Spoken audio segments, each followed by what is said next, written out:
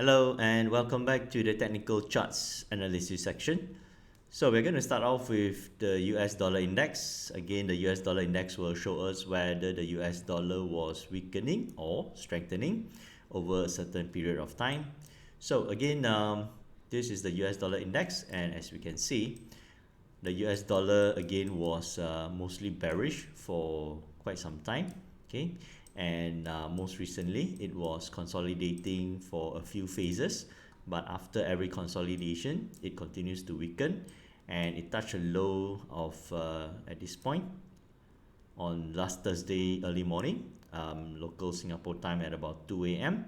when the FOMC statement was released. The US dollar touched a low of 95.68 and then went into consolidation on Thursday. Okay, so as we can see, on Thursday it was consolidating, and more importantly, after consolidating for a while, it managed to stage a mild recovery, moving up to this point, the previous range over here, okay, which was drawn last week on the 5th of June.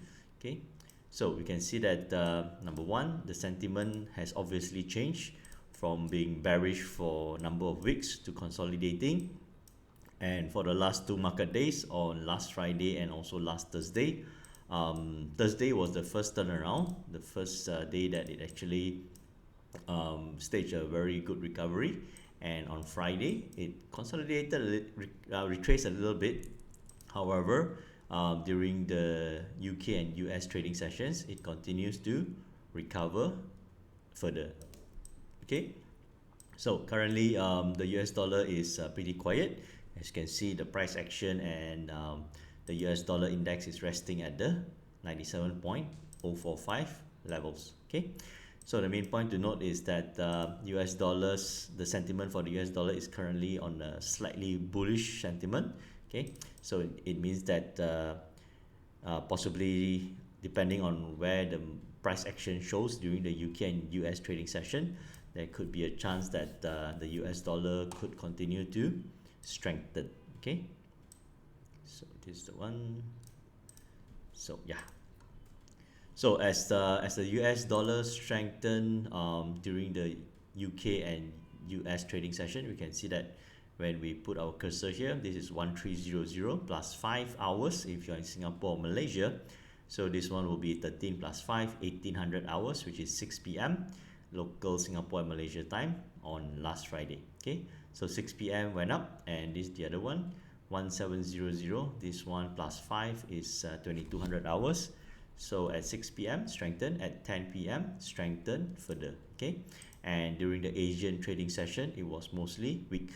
Okay, so when we look at the UK pound, as the US dollar was retracing back down in the Asian trading session, we can see that the UK pound is strengthening. Okay, so it strengthened from about this dip here, 400 hours plus 5 is 9 a.m. local Singapore and Malaysia time. It strengthens a total of 107 pips. Okay, during last Friday's video analysis, I was looking at the UK pound at this time, which is at about just before 12 p.m. Just before 12 p.m. when it was analyzed and when it was uploaded. Okay, so I do remember that I was looking for the UK pound to move back up first before deciding to go up or down. Okay, so very nicely the UK pound moved up another 90 pips. Okay, so not bad a trade or a movement for one market cycle. And only towards the evening, the UK pound continues to weaken back 170 pips. Okay, so be very aware of the sentiment. Basically, the sentiment was bearish ever since Thursday, and also this move down during the evening is a continuation of the bearish move. Okay, some traders may be watching the 2 p.m. news, which came out last Friday. Okay, and like I mentioned, news is good. News will move the prices. However, don't blindly follow the theory of the news. In other words, when the UK data was announced last Friday at 2 p.m., most of the data was negative and red. So most traders will be thinking data is negative. Theoretically, the UK pound should drop, should weaken. Okay.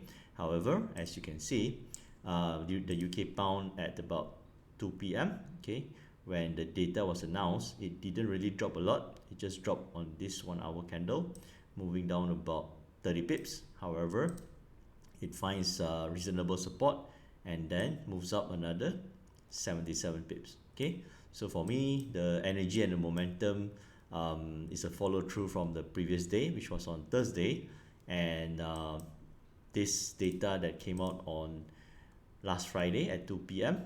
was even more reason for it to go up further.